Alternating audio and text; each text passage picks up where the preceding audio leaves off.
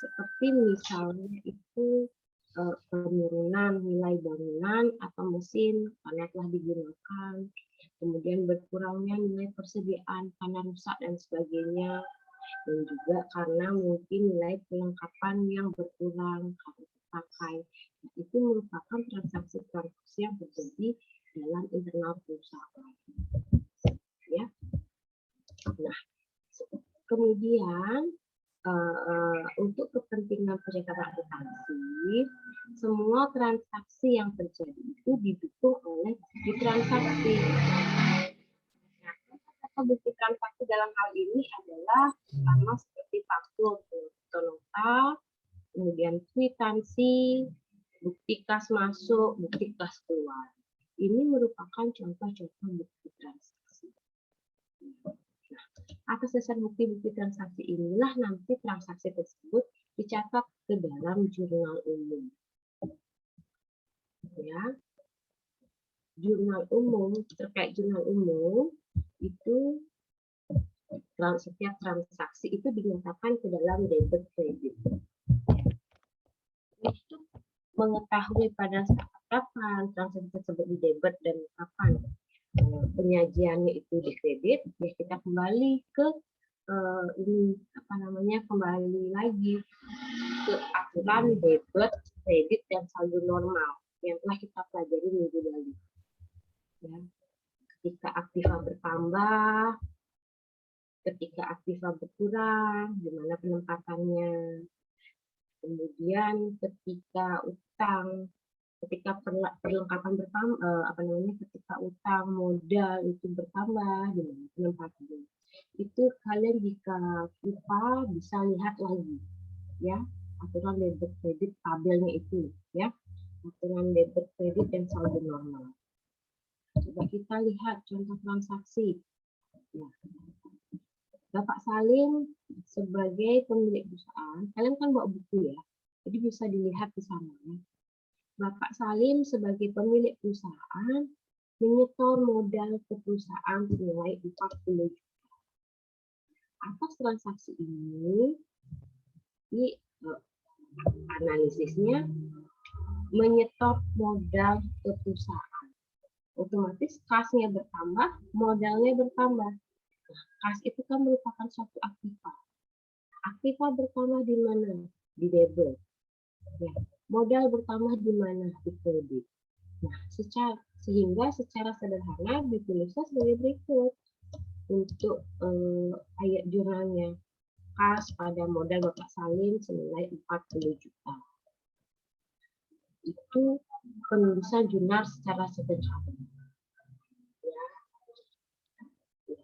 Pada umumnya ada formulir khusus untuk mencatat ayat jurnal yang disebut dengan buku harian. Nah, seperti yang ada di buku, ya. Jadi di sana ada halaman, ya, pertama judul jadi jurnal umum, gitu ya. Kedua halaman ini, hal ini adalah halaman jurnal. Halaman 1, halaman 2, halaman 3, itu merupakan halaman jurnal. Kemudian tanggal. Ada tanggal, ada bulan, ada tahun. Itu menentukan waktu terjadinya transaksi. Ya, tanggal, bulan, dan tahun itu merupakan transaksi, waktu terjadinya transaksi. Kemudian nomor bukti. Nomor bukti ini adalah nomor bukti transaksi. Biasanya setiap transaksi itu pada umumnya dibutuhkan dengan bukti-bukti transaksi. Ya, jadi di sana bisa dicantumkan nomor bukti transaksi. Dan ada keterangan kas, modal, ya, itu merupakan akun yang di debit, ya, yang E, kemudian yang F akun yang di kredit. Ya. Kemudian yang G ini merupakan keterangan jurnal. Perhatikan penempatan penulisan jurnalnya, akun debit dan akun kreditnya. Tolong diperhatikan. Nah, kemudian referensi. H ini referensi. Referensi ini bisa diganti dengan nomor akun. Ya, seperti itu. Nah, debit, kredit, posisinya. Ya, itu terkait jurnal. Setelah kita menjurnal, biasanya kita posting ke buku besar. Ya, setelah posting ke buku besar, baru membuat neraca saldo, yaitu tahap pengintisaran, yaitu membuat neraca saldo. Setelah kita melakukan pencatatan ke dalam jurnal umum, kita melakukan penggolongan, posting ke buku besar. Kita melakukan tahap pengintisaran, membuat neraca saldo. Seperti itu. Jadi neraca saldo ini dibuat setiap akhir periode. Kapan dibuat? Itu tergantung kebijakan masing-masing perusahaan. Ada yang membuat per bulan, ada yang membuat per 6 bulan, ada yang membuat per tahun. Jadi sesuai dengan kebutuhan masing-masing perusahaan. Ya. Nah, neraca saldo ini sering disebut dengan neraca percobaan atau trial balance. Kenapa?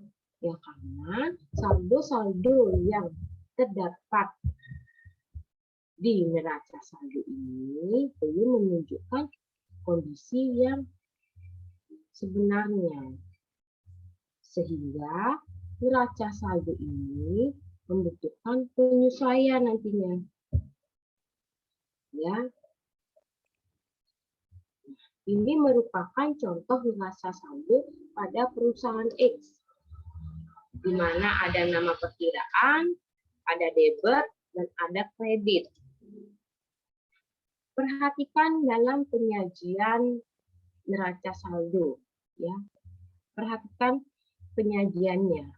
Nama perkiraan ini diurut, ya, dari akun real ke akun nominal. Ya, yang kuning ini akun real, yang hijau ini akun nominal. Ya, nah untuk akun real penyajiannya juga dari kas lancar, dari aset lancar ke aset tetap, ya, kemudian baru hutang modal. Itu diperhatikan penyajiannya. Ya, tidak boleh aktiva dulu, baru modal, baru hutang, ya tidak. Karena ini memang sesuai dengan standar akuntansi keuangan. Ya, jadi harus mengurut dari akun real ke akun neraca. Ya. Tadi saya sudah menjelaskan bahwa neraca saldo nantinya membutuhkan penyesuaian agar menunjukkan kondisi perusahaan yang sebenarnya. Ya. Nah, ada beberapa alasan mengapa jurnal penyesuaian disusun. Nah, di buku sudah dijelaskan. Satu, beberapa transaksi belum dilakukan jurnal karena memang belum saatnya dilakukan. Dua, beberapa beban belum dilakukan jurnal selama periode akuntansi karena beban tersebut belum digunakan. Tiga, beberapa unsur memang belum dilakukan pencatatan. Ya, kalian bisa baca ya. Jadi kita langsung ke ilustrasi saja. Nah, secara umum jurnal penyesuaian ini diklasifikasi menjadi dua unsur pokok. Ada pembayaran di muka, ada unsur-unsur yang masih harus dilakukan. Pembayaran di muka itu terkait beban dibayar di muka, ada pendapatan yang masih harus diterima. Pendapatan yang masih harus diterima ini seperti piutang, kan? Ya. Kemudian unsur-unsur yang masih harus dilakukan, pendapatan yang masih harus diterima, kemudian beban yang masih harus diterima. Sebenarnya suatu penyesuaian itu dibutuhkan untuk transaksi yang seperti beban dibayar di muka, ya, pendapatan pendapatan yang diterima di muka, ya, seperti itu. Nah, secara rincinya biasanya pada umumnya yang mengalami penyusutan itu adalah pertama beban penyusutan. suatu peralatan atau aktiva tetap yang mengalami penyusutan itu akan menjadi beban. Ya, biasanya penyusutan itu dihitung dengan menggunakan metode garis lurus. Jadi mereka mengalokasikan penyusutannya sama setiap bulannya. Kalau menggunakan metode garis lurus, alokasi penyusutannya sama setiap bulannya. Nah, jadi metode garis lurus itu rumusnya harga perolehan dikurangi nilai sisa dibagi umur ekonomis. Ya, harga perolehan itu diperoleh dari nilai aktiva. Ya, misalnya mesin, ya, harga perolehan mesin, ya, senilai coba kita lihat 100 juta. Nah, aset ini ditaksir memiliki masa manfaat selama 5 tahun dengan nilai sisa 10 juta. Nilai sisa itu ada juga yang menyatakan nilai residu. Ya. Apabila tidak diketahui, jadi kita asumsikan loh nilai residu. Kemudian ini diketahui, jadi kita mencari penyusutan itu adalah 100 juta. Kita lihat ilustrasi kasus pada buku. 100 juta dikurangi 10 juta, ya, dibagi 5 tahun. Nah, itu merupakan penyusutannya, nilai yang disusutkan, yang dibebankan. Itu sebesar 18 juta. Itu dapatnya ya, 18 juta di buku ya. Nah, jadi ayat jurnalnya beban penyusutan pada akumulasi penyusutan. Ya.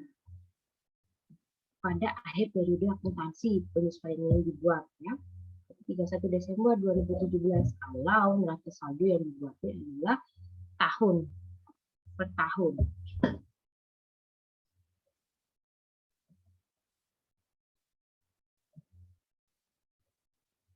Ya.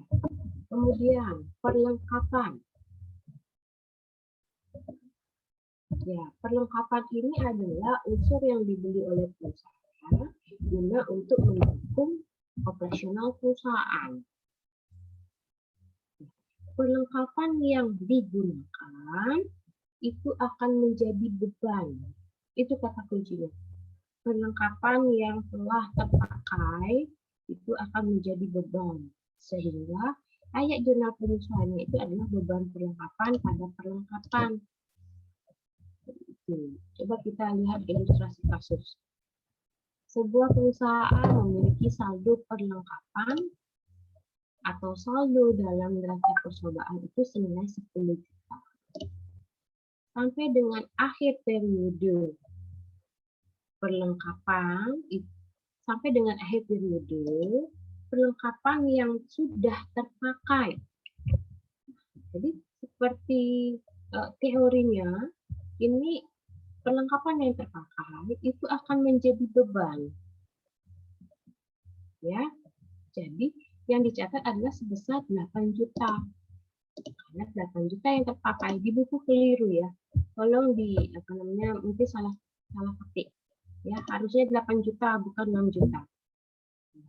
Jadi yang dicatat di dalam jurnal penyesuaian itu adalah beban perlengkapan pada perlengkapan senilai 8 juta.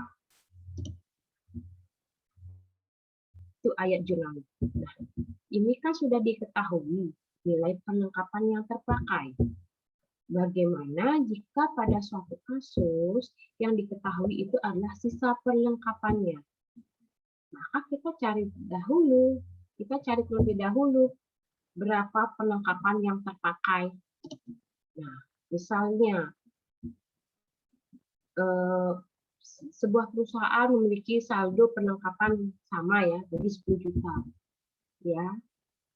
Jika diketahui sisa perlengkapannya sebesar 3 juta, maka kita cari perlengkapan yang terpakai sebesar 10 juta dikurangi 3 juta.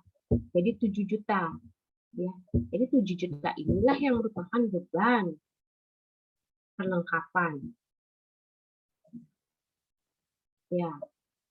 Ingat, kata kuncinya itu adalah beban perlengkapan yang jadi perlengkapan yang terpakai itu akan menjadi beban bagi perusahaan.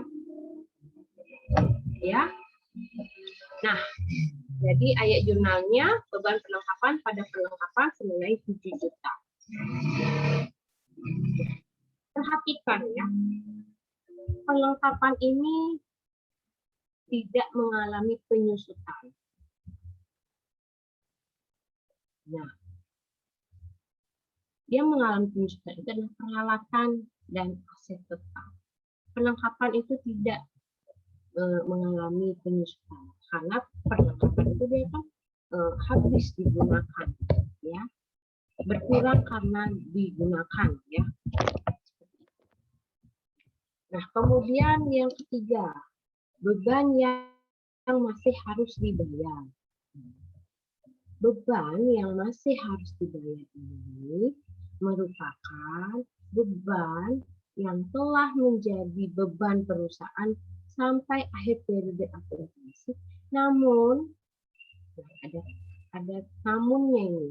Namun belum dikeluarkan uang kasnya sehingga menimbulkan utang bagi perusahaan.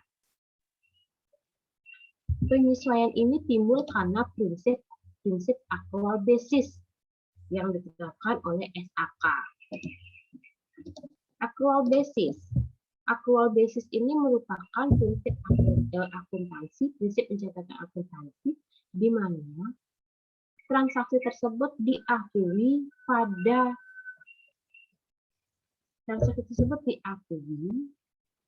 berdasarkan transaksi tersebut terjadi.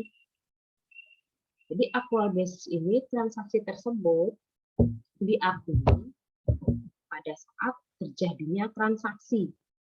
Nah, berarti ini dia kan sudah mengakui, ya, walaupun kasnya belum diterima.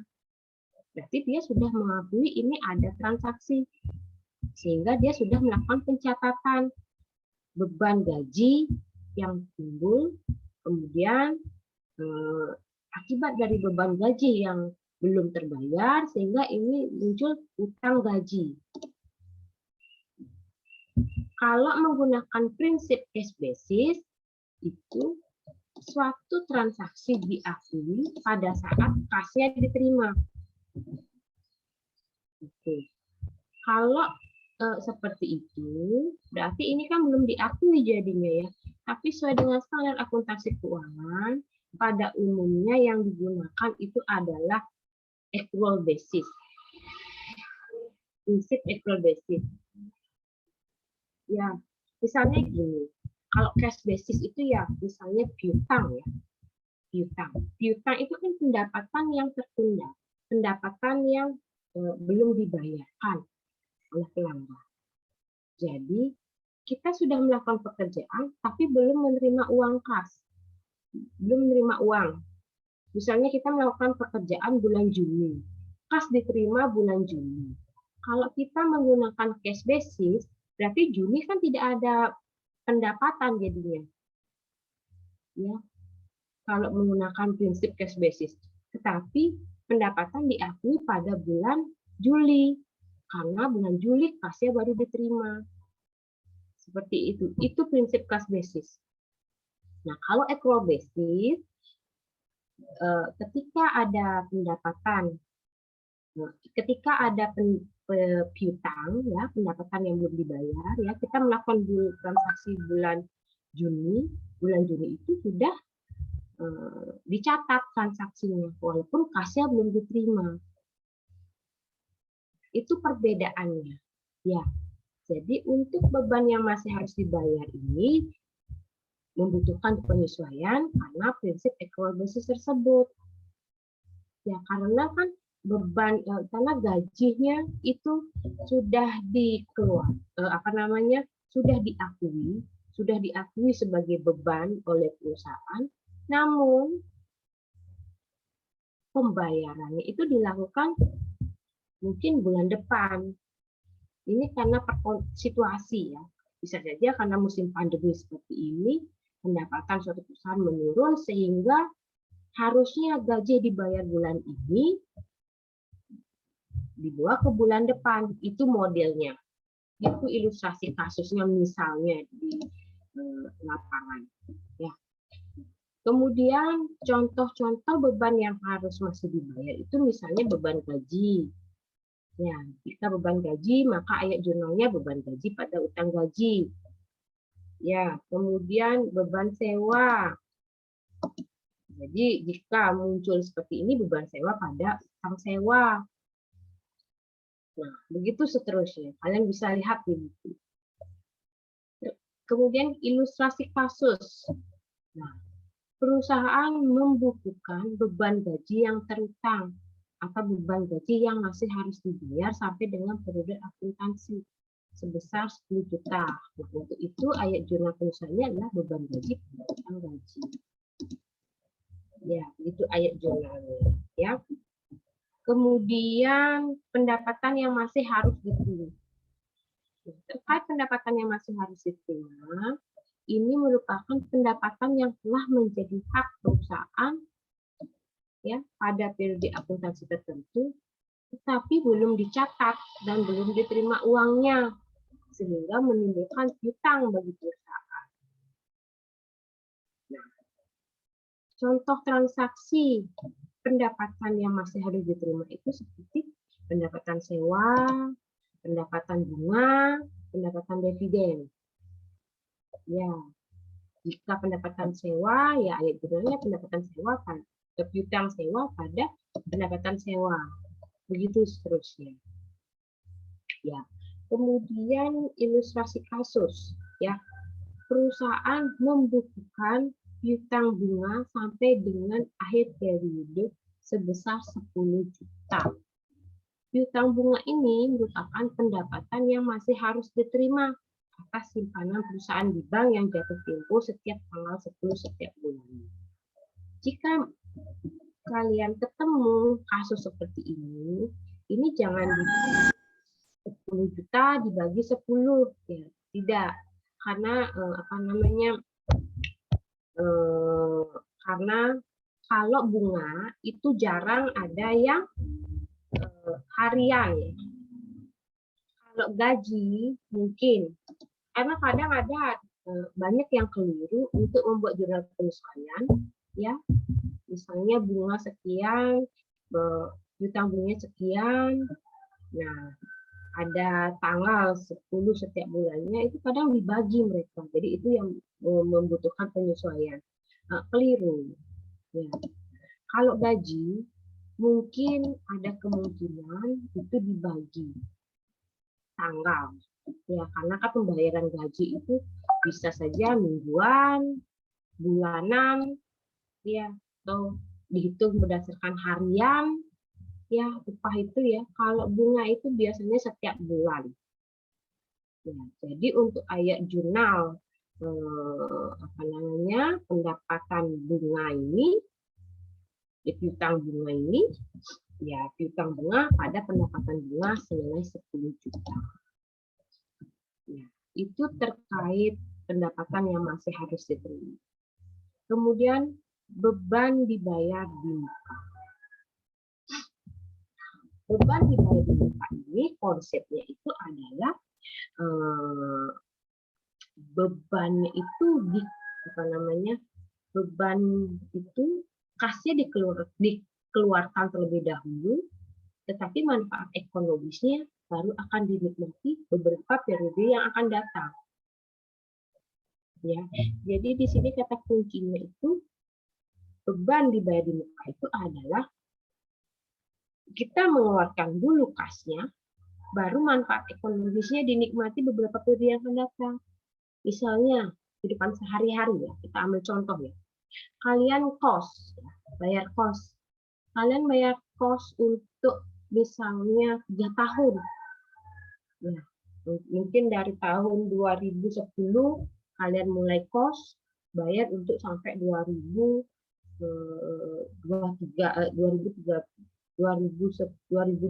sampai 2023. Itu misalnya. Kalian membayar di tahun 2020. Nah, masa manfaat yang kalian terima itu kan baru tahun 2020 saja. Nah, sehingga diperlukanlah buat penyesuaian Desember itu 2020 karena kalian baru menikmati 1 tahun. Maksud saya. Jadi kalian membayar di awal untuk 3 tahun, padahal menikmatinya itu kan belakangan. Ya, seperti itu. Nanti kita coba lihat ilustrasi kasus agar tidak membingungkan. Jadi contoh beban dibayar di muka ini seperti beban sewa dibayar di muka dan asuransi dibayar di muka. Ya, coba kita ilustrasi sebentar ya. Di dalam menentukan beban penyesuaian beban dibayar di muka ini ada 2 pendekatan yang digunakan. Ya. Pertama, pendekatan raca, dan yang kedua, pendekatan laba rugi. Coba kita lihat ilustrasi kasusnya ya. Misalkan 1 Januari 2017. Coba kalian buka bukunya halaman 52 kalau di saya, 51 kalau di saya. Ilustrasi. Misalkan 1 Januari 2017, suatu perusahaan membayar sewa dibayar di muka itu sebesar 24 juta. Misalkan 1 Januari 2017, suatu perusahaan membayar sewa di muka sebesar 24 juta untuk jangka waktu 3 tahun.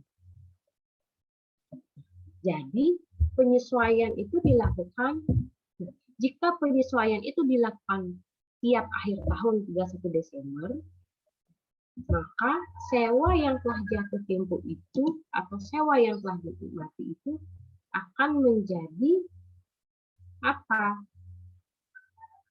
Ya, akan menjadi beban bagi perusahaan. Senilai berapa? 24 juta dibagi 3. Maka ayat jurnalnya, jika dengan pendekatan raca, jika menggunakan pendekatan raca, awal pembayaran dicatat sebagai aset. Jika menggunakan pendekatan laba rugi, awal pembayaran dicatat sebagai biaya. Tanggal 1 Januari 2017, kita lihat perusahaan membayar sewa dibayar di muka senilai 24 juta. Berarti pada awal pembayaran 1 Januari 2017, jika menggunakan pendekatan raca, ayat jurnalnya sewa dibayar di muka pada kas, karena awal pembayaran ini dicatat sebagai aset. Kemudian penyesuaian jika menggunakan pendekatan raca per 31 Desember 2017, itu ayat jurnalnya biaya sewa atau beban sewa pada sewa dibayar di muka senilai 8 juta. Kenapa 8 juta? Karena sewa yang telah dinikmati itu akan menjadi beban bagi perusahaan. Kita kan baru menikmati sewa ini dari 1 Januari 2017 sampai 31 Desember 2017. Ya kan? Jadi itu saja yang membutuhkan penyesuaian. Manfaat yang kita nikmati. Manfaat yang telah dinikmati itu akan menjadi beban perusahaan. Berarti kita kan baru menikmati sewa tersebut 1 tahun. Dari 1 Januari 2017 sampai 31 Desember 2017. 8 juta. Itu jika menggunakan pendekatan neraca. Jika menggunakan pendekatan laba rugi, pada saat awal pembayaran itu dicatat sebagai biaya. Sehingga ayat jurnalnya itu pada 1 Januari 2017 adalah biaya sewa pada kas senilai 24 juta. Atau beban sewa bisa. Jadi pada awal pembayaran itu dicatat sebagai beban perusahaan. Kemudian untuk penyesuaiannya tanggal 31 Desember 2017, jadi ayat jurnalnya itu ini kebalik. Harusnya itu beban sewa dibayar di muka pada sewa dibayar di muka. Ya kan? Bentar.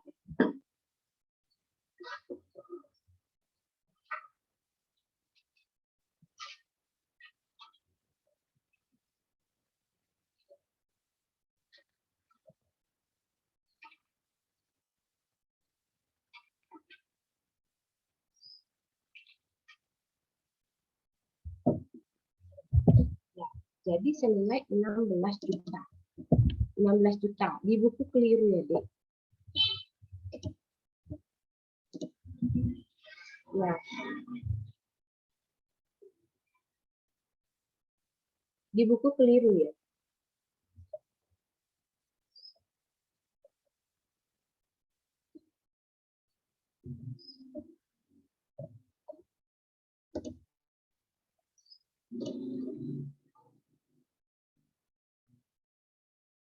Ya, jadi sewa dibayar di muka, ada sewa dibayar di muka, ada beban sewa. Ya, ya benar dah ini. Beban sewa dibayar di muka, ya benar ayat jurnalnya ya. Ya benar, benar ayat jurnalnya ini. Ya, jadi ayat jurnalnya adalah sewa dibayar di muka pada beban sewa dibayar di muka sebesar 16 juta.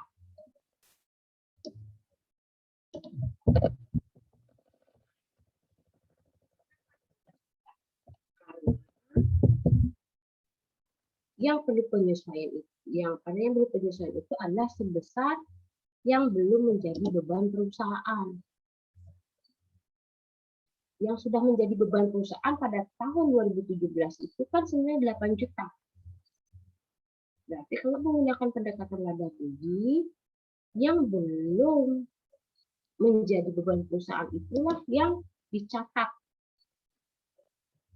sebagai penyesuaian. Jadi yang belum berapa? Yang belum menjadi beban perusahaan berapa? Ya 24 juta dikurangi 8 juta. Jadi 16 juta.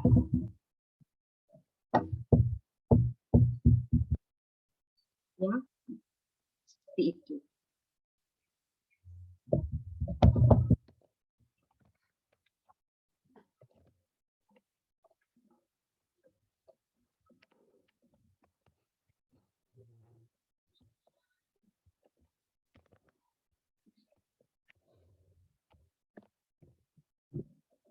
Ya, sampai di sana mungkin ada yang ingin ditanyakan.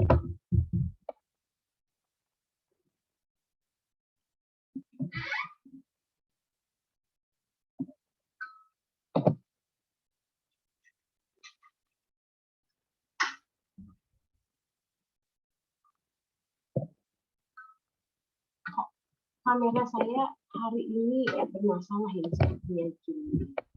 Saya tidak terlihat sama kamera, pencahayaannya yang kurang. Baik, sampai di sini ada yang ditanyakan. Kemudian kita gunakan fitur raise hand.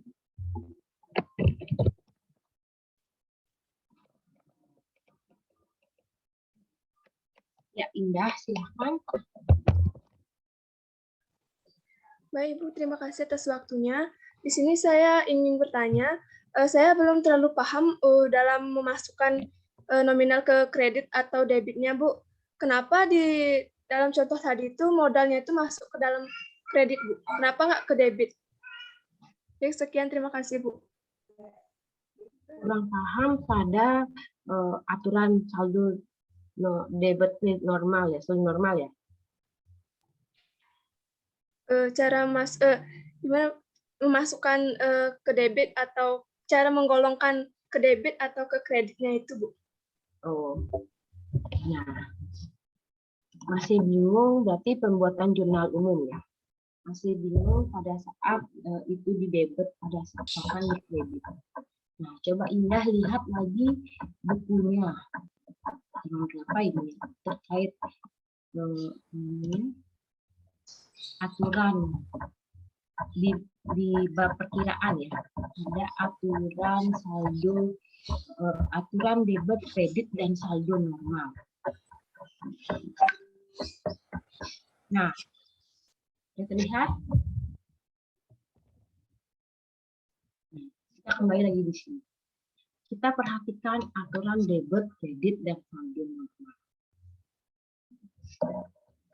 Apabila suatu aktiva itu mengalami penambahan, ya, yang termasuk aktiva itu adalah kas, perlengkapan, peralatan, kemudian kendaraan, mesin, kendaraan, tanah, bangunan. Nah, itu merupakan aktiva. Jika perkiraan yang saya sebutkan tadi, akun-akun yang saya sebutkan tadi itu mengalami penambahan, maka posisinya di debit. Namun, apabila mengalami pengurangan, posisinya di kredit. Misal, membeli perlengkapan secara tunai senilai 10 juta. Membeli perlengkapan secara tunai. Otomatis di sini dia membeli perlengkapan secara tunai itu kan menggunakan kas. Otomatis kasnya dia berkurang, kita analisis dulu, kasnya berkurang, perlengkapannya bertambah karena dia beli perlengkapan, otomatis ada perlengkapan. Kasnya berkurang, kas itu kan termasuk aktiva. Ya, kas berkurang, tapi kita lihat aktiva berkurang di mana? Di kredit.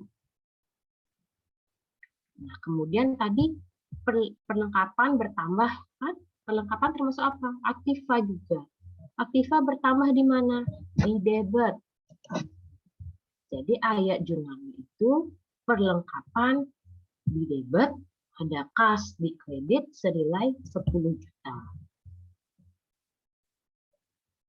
Begitu caranya menganalisis untuk membuat jurnal ini.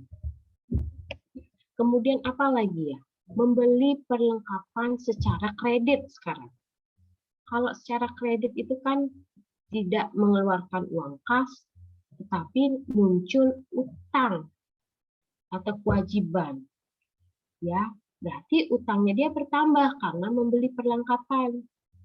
Utangnya bertambah, perlengkapannya bertambah. Perlengkapan merupakan aktiva, jadi aktiva bertambah. Perlengkapan bertambah di mana? Nah, di debit. Utang usaha atau utang dagang bertambah di mana? Di kredit. Nah, seperti itu. Jadi ayat jurnalnya itu perlengkapan pada utang senilai 10 juta. Seperti itu. Misal terkait penambahan modal. Tuan Abdul menambahkan modalnya senilai 100 juta. Itu misal. Menambahkan modalnya 1 juta. Otomatis kasnya dia bertambah, modalnya dia bertambah. Kas itu merupakan aktiva. Ya.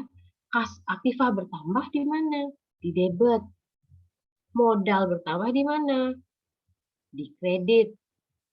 Jadi ayat jurnalnya kas pada debit senilai 100 juta dan modal pada kredit senilai 100 juta. Seperti itu. Jadi kalau Dek bingung, ingat saja aturan debit kredit saldo normal ini. Ini yang kalian gunakan sebagai acuan di dalam membuat jurnal ini. Lakukan pencatatan jurnal ini. Ya, Indah? Baik, Ibu. Terima kasih, Bu. Ya, sudah mulai paham? Iya, sudah, Bu. Ya. Mungkin ada yang ingin tanyakan kembali, tidak apa-apa, mumpung kita Zoom. Kadang kalau kita diskusi di WA Group, kadang informasi yang tersampaikan kurang cukup jelas. Ya. Mungkin ada lagi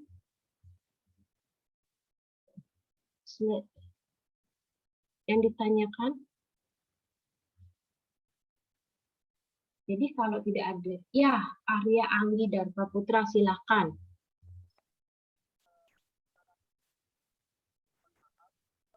Masih di mute, Dek.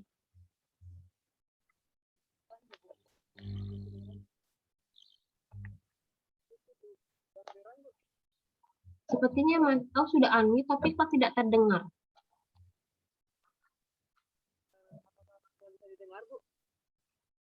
kurang, sangat tidak jelas.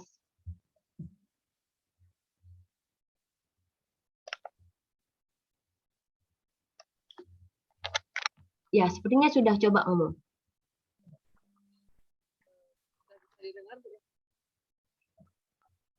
Belum juga loh.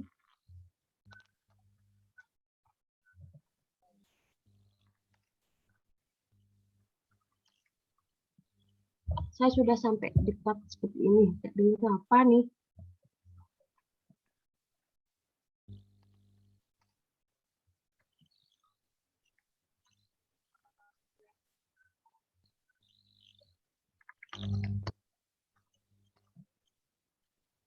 Atau begini, coba ditulis saja di kolom chat ya.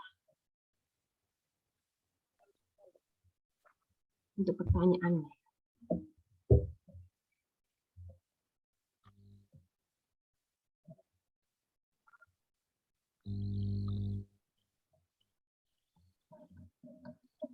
Oke, sambil menunggu Ketut Arya Anggi, ya sepertinya saya ingin menyapa ya.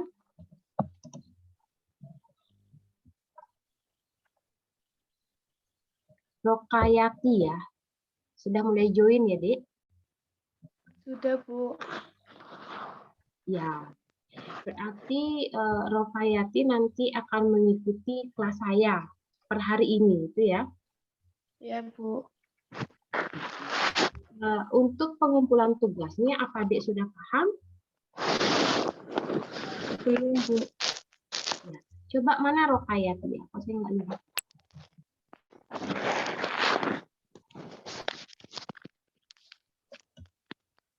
Oh ya, baik. Ya, salam kenal dari kami dari Bali. Oke, nanti kita ada untuk sistem perkuliahannya, kita masih daring. Ya. Jadi nanti untuk tugas-tugasnya itu biasanya kami ada pengumpulannya, fiturnya itu namanya e-learning. Ya, mungkin coba kalau Dek mungkin kurang paham, Dek bisa tanyakan ke teman-teman ya di kelas 1H ini. Jadi Dek nanti saya akan masukkan ke grup 1H ya. Tolong admin tolong dimasukkan Rokayati ya. Ya, adik ini merupakan salah satu mahasiswa inbound di Undiksa ya. Jadi pertukaran pelajar ya. Jadi berasal dari Bank BPD Jawa Tengah kalau saya tidak salah ya. Iya, Nah, Bu. ya seperti itu. Jadi nanti kita menyesuaikan ya. Jadi kita ada UTS ya. Itu biasanya pertemuan ke-8. Kita hari ini sudah pertemuan ke-6. Mungkin nanti bisa menyesuaikan ya. Bisa mengikuti, nanti setiap hari kita ada tugas-tugas. Seperti itu. Nah, jika ada yang ditanyakan, jika di berhalangan hadir misalnya di kelas saya, Dek bisa infokan ke Kortinya. Ya. Nanti Baik, Bu. ya Korti tolong nanti dimasukkan Rokayati di WA grup kita ya. Mohon maaf, Bu, izin bertanya. Ya, silahkan. Saya kan belum itu ya, Bu, belum ada e-learning-nya itu bagaimana, Bu? Buku juga belum ada ya. Belum. Oke. Kalau mata kuliah yang lain di Undiksa, bagaimana sistemnya? Iya, Bu, sama belum ada e-learning-nya. Jadi yang lainnya belum ada tugas sih, Bu. Jadi belum sampai ke e-learning. Gitu ya. Oke lah, coba nanti saya tanyakan terlebih dahulu ya ke pihak IT ataupun mungkin pihak administrasi di kampus. Ya, ditunggu ya Dek ya, sebentar ya, saya datang. Terima kasih, Bu.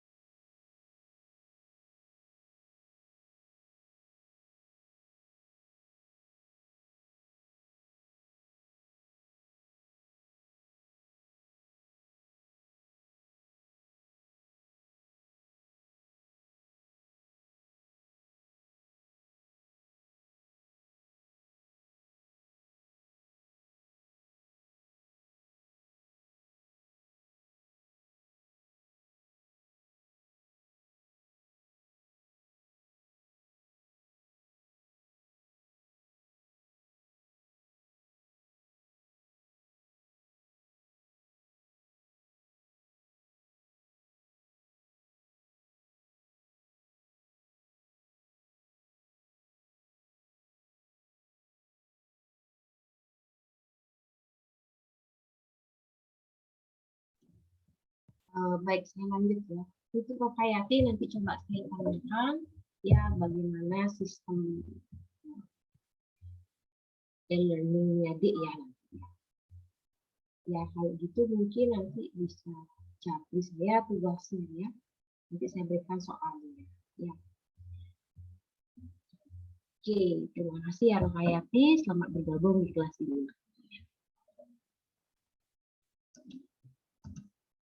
Kemudian tadi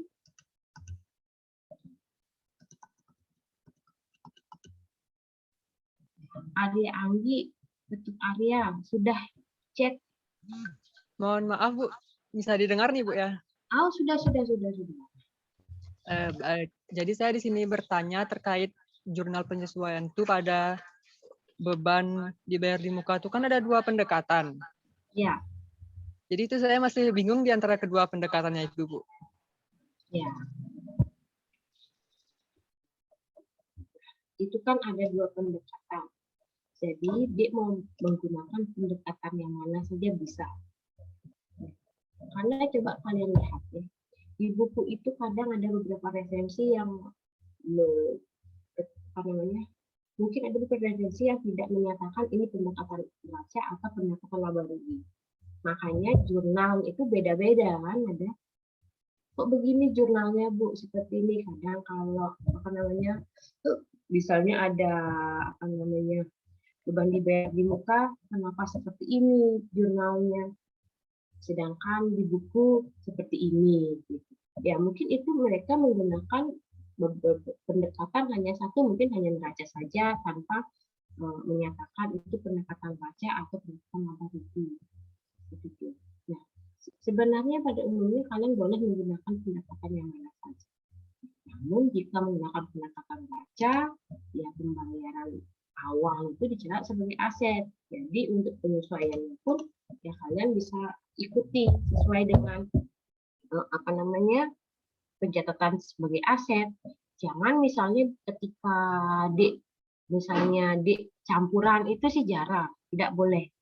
Ya misalnya kalau pertama menggunakan pendekatan baca untuk awal pembayaran, kemudian untuk penyesuaiannya menggunakan laba rugi, jadi dia tidak nyambung. Ya, jadi jika menggunakan pendekatan baca, gunakanlah pendekatan baca saja. Jika menggunakan pendekatan laba rugi, gunakan saja pendekatan laba rugi. Seperti itu. Coba kita lihat yuk di kasus ya. Ada nggak coba?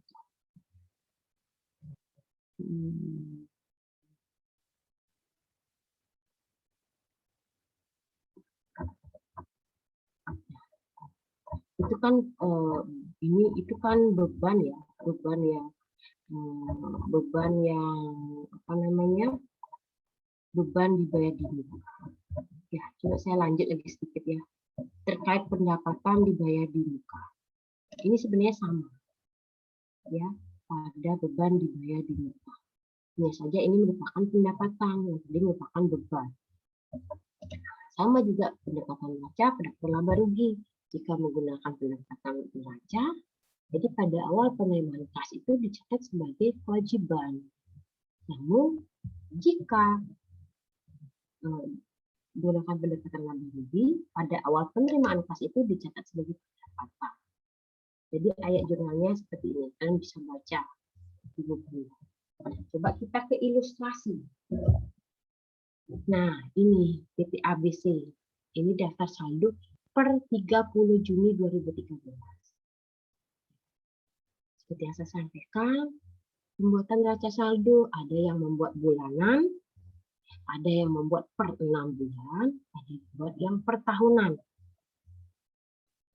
Contoh ini merupakan neraca saldo per bulan. Jadi per 30 Juni 2013. Jadi ini hanya menunjukkan kondisi perusahaan PT ABC per 30 Juni, per bulan Juni saja. Kasnya posisinya nilainya 30 juta. Ya, piutang usahanya 6.800.000. Ya, itu merupakan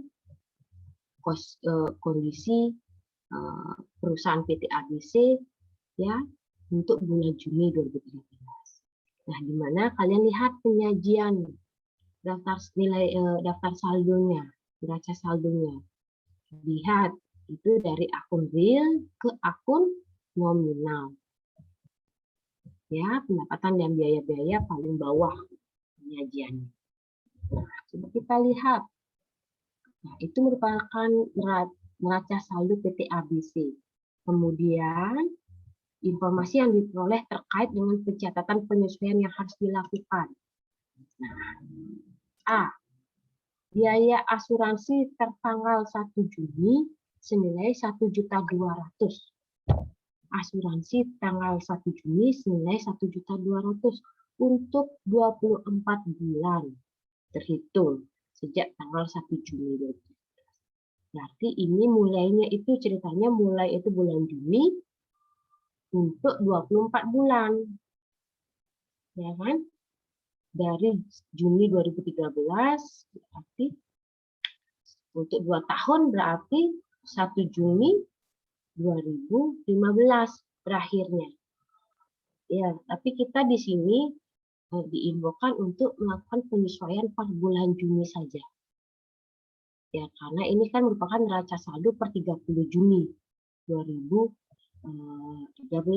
Beda hanya kalau kita disuruh membuat penyesuaian untuk neraca saldo yang per akhir 31 Desember 2013. Beda lagi penyesuaiannya. Jadi itu dikali 6 jadinya. Kalau seperti itu. Nah, ini karena penyesuaian itu diperlukan per bulan Juni, ya kita cari per bulannya. Biaya asuransi yang dibebankan hanya bulan Juni saja. Ya, hanya bulan Juni saja berapa? Jadi 1.200.000 ini kan untuk 24 bulan. Dibagi 24. Jadi nilainya berapa? Di bawah nih. Nah, 50.000. Jadi ayat jurnalnya biaya asuransi pada asuransi dibayar di muka. Nah, ini menggunakan pendekatan apa dia? Menggunakan pendekatan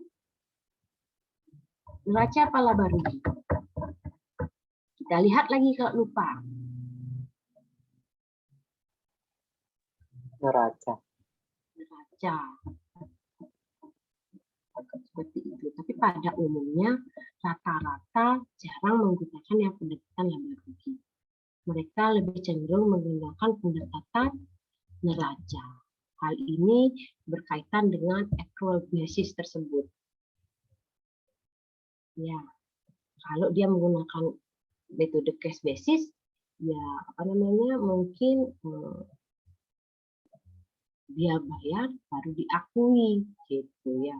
Berarti kalau menggunakan cash basis bukan senilai 50.000, tetapi 1.200.000 tadi. 1.200.000 dikurangi 50.000 berapa?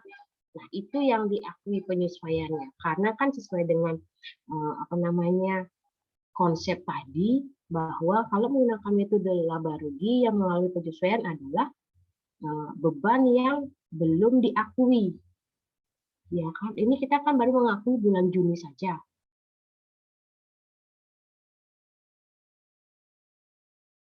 Untuk bulan Juni ini per 30 Juni, jadi kalau menggunakan pendekatan laba rugi ya 1.200.000 dikurangi 50.000. Ya kan? Jadi senilai itu ya yang belum menjadi beban per bulan Juni. Nah, itu yang membedakan pendekatan neraca dan pendekatan laba rugi. Ya. Paham ya? Nah, kemudian yang B, penghitungan fisik terhadap bahan habis pakai. Bahan habis pakai ini merupakan perlengkapan ya. Ya, ada bahan habis pakai. Yang habis karena terpakai, itulah perlengkapan. Kalau peralatan ya kan tidak habis, hanya disusutkan. Mesin itu kan nggak habis ya kan? Ini membedakan perlengkapan dan peralatan. Ya, kadang biar tidak bingung ya, belum paham. Nah, perhitungan fisik terhadap bahan habis pakai itu menunjukkan bahwa bahan habis pakai ya masih belum digunakan sampai dengan 30 Juni senilai 780. Kata kuncinya adalah bahan habis pakai yang terpakai. Itulah yang dicatat. Itulah yang akan menjadi beban bagi perusahaan. Sedangkan ini yang diketahui kan bahan habis pakai yang masih belum digunakan. Nah, kita lihat di neraca saldo per 30 Juni. Berapa nilai bahan habis pakainya? 940.000. Berarti ini kan belum menunjukkan yang sebenarnya kan? Sehingga perlu penyesuaian.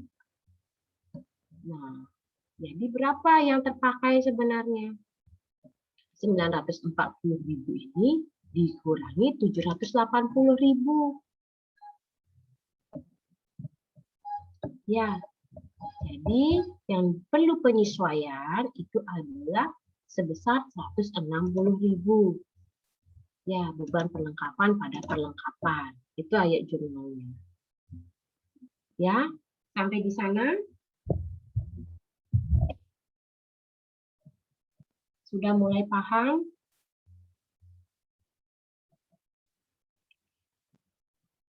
Ya, nanti coba hitung-hitung lagi dari mana dapat ini ya, yang di buku ini ya. Ya, Diva Arya, silakan. Swastiastu, Bu. Izin bertanya, Tiang kurang paham nih, Bu, terkait dengan perbedaan antara pendekatan dengan laporan, Bu. Seperti pendekatan neraca dengan laporan neraca atau pendekatan laba rugi dengan laporan laba rugi. Itu perbedaannya di mana ya, Bu? Terima kasih. Ya, baik Diva. Terima kasih atas pertanyaannya. Jadi yang membedakan pendekatan dan laporan itu, jadi kalau pendekatan neraca, ya, kembali lagi pendekatan neraca. Pendekatan neraca ini berarti kita menggunakan unsur-unsur yang terdapat pada neraca. Ya.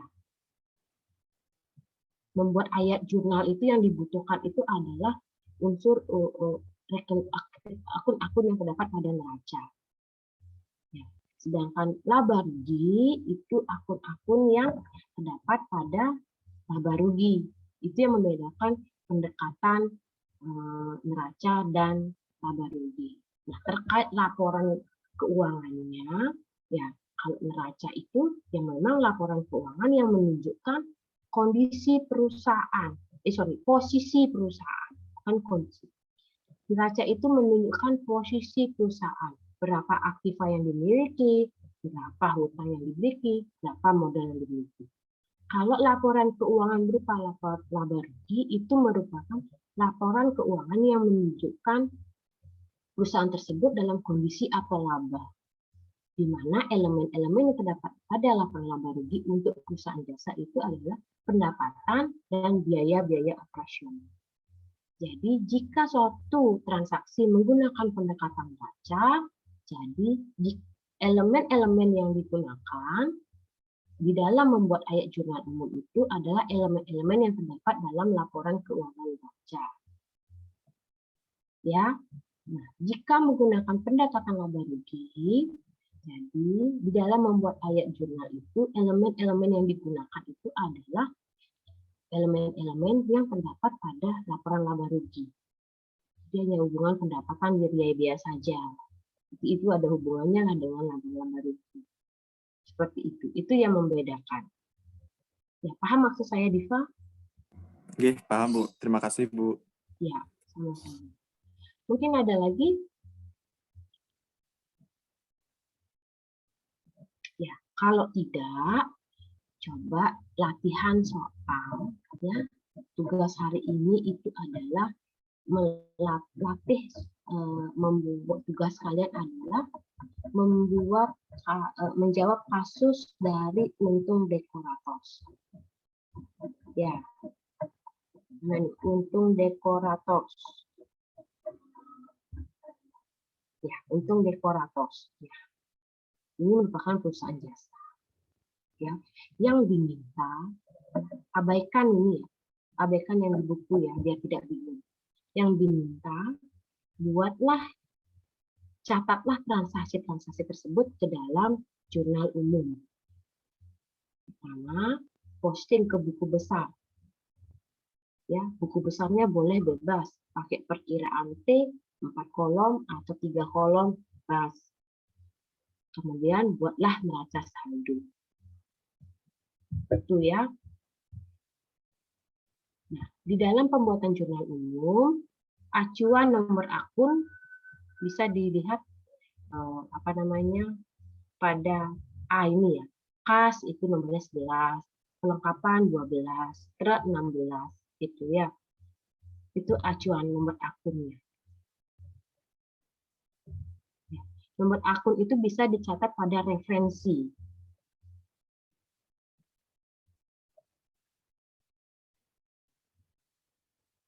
Ya. Nah, ini kan ada bukti transaksinya juga dicatat. Ya, seperti itu. Gunakan formulir jurnal umum. Ya, seperti yang di buku. Ya, ada yang ditanyakan? Ya, Komang Febriani silahkan. Saya mau bertanya, Bu, untuk yang suruhan C itu kan disuruhnya buat jurnal umumnya itu dua halaman. Atau cukup satu saja, Bu? Cukup satu saja. Satu saja. Baik, terima kasih, Bu. Ya, sama-sama. Jadi, ikuti instruksi saya. Jadi, yang diminta adalah buat jurnal umum, kemudian posting ke buku besar, kemudian neraca saldo. Agar kalian tidak bingung ya. Nanti buatnya double folio seperti biasa, nanti upload di e-learning. Ya, batas waktunya seperti biasa sampai besok ya. Oke, jika tidak ada yang ditanyakan, itu saja dari saya. Untuk Korti, apakah hari ini ada yang absen atau yang tidak hadir? Tidak, Bu, hadir semua. Oke, baik, hadir semua ya. Kalau begitu, jika tidak ada yang ditanyakan, selamat mengerjakan tugas. Mungkin jika selama perjalanan kalian membaca transaksi, ada yang ingin ditanyakan, bisa kita diskusikan di WA group. Ya, mungkin kalau nanti malam gitu ketika kalian buat gitu ya, baca-baca, ada yang ditanyakan, bisa ditanyakan di WA group, kita diskusikan di sana. Ya, oke, itu saja dari saya. Sampai jumpa minggu depan dan selamat siang. Selamat siang, Ibu. Terima kasih.